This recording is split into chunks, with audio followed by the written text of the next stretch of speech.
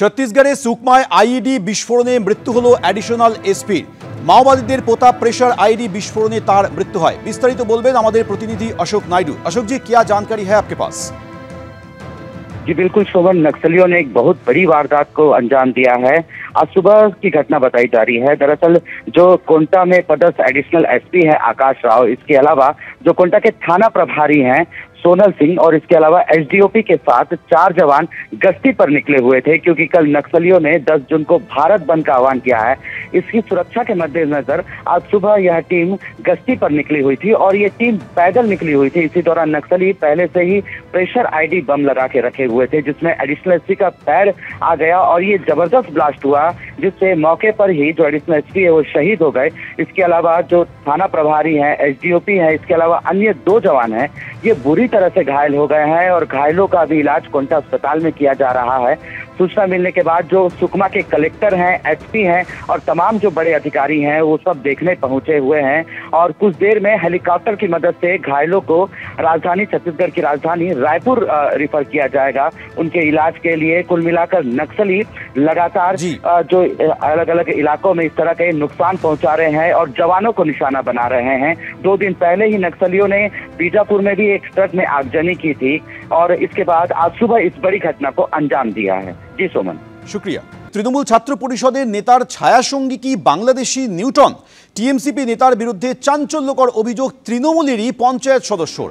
बांग्लादेशेर छात्रनेता Newton दास काकद्वीपेर voter. 2021 साले सीमांत पारेर समय ग्रेप्तार करा हय নিউটন दासके। बांग्लादेशी নিউটনের জামিন করাতে তদবির করেছিল টিএমসিপি নেতা বলে অভিযোগ।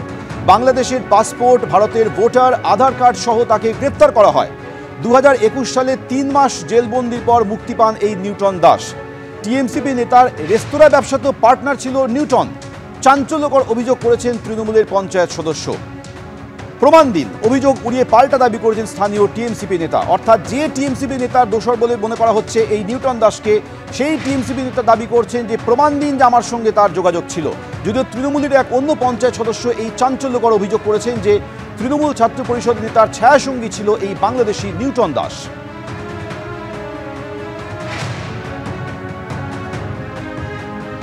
দেবাশিস দাসের সঙ্গে তার সুসম্পর্ক ছিল, সেইভাবে সে তখন ছাত্র যুবর সুন্দরবন সাংগঠনিক জেলা ছাত্র যুবর নেতা ছিল, সেইভাবে সে তাকে ডেকে নিয়ে আসতো, তার সঙ্গে মিটিং মিছিলে অ্যাটেন্ড করাতো। আমার সঙ্গে জাস্ট পরিচয় হয়েছিল 2021-এ।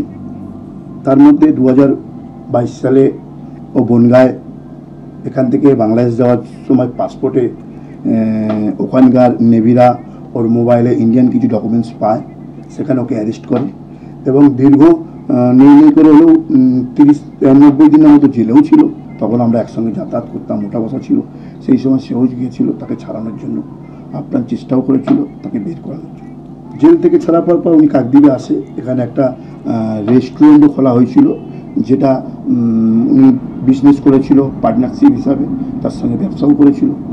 আমি 22-এর পর থেকে আপাতত এইরকম পরিস্থিতি দেখে, এরকম সমস্ত খারাপ পরিস্থিতি দেখে আমি এখান থেকে নিজে থেকে সেফ সাইড হয়ে যাই।